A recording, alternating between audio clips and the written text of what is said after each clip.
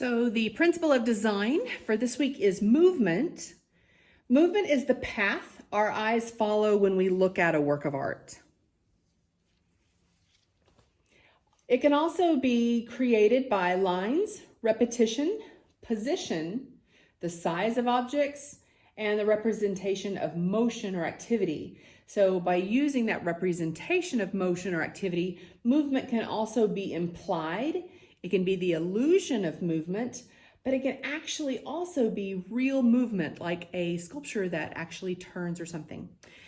Our assignment for this week is creating a game. So there's all sorts of board games, card games, dice games, you name it. There's all sorts of games that are out there.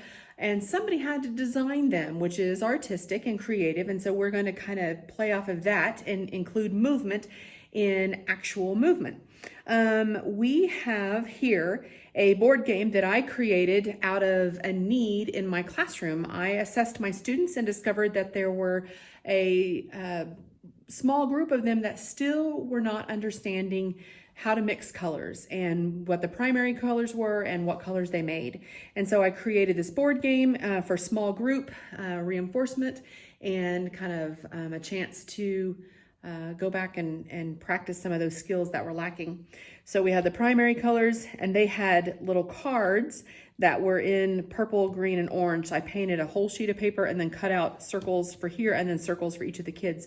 So they would have to mix with real paint that exact color based on their card before they could move their token beyond that. So, and then it went on to from secondary colors to tertiary colors and on. So this is one way where it is an art concept. So I needed it for my classroom.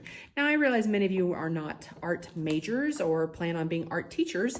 So you can also choose to create a game that's just creative in itself. So it could be about any topic. It doesn't have to be art based, but just the process of making the game is the creative component.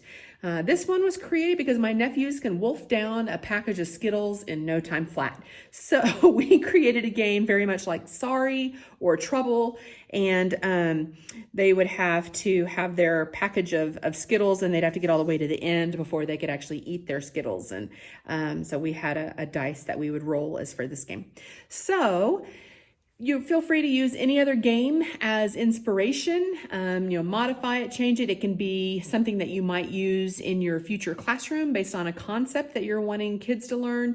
It could be something fun that you might play with kids in your own life, or just any kind of fun idea. So a board game that is either about an artistic topic in content or is artistic in how it was made is the assignment for this week.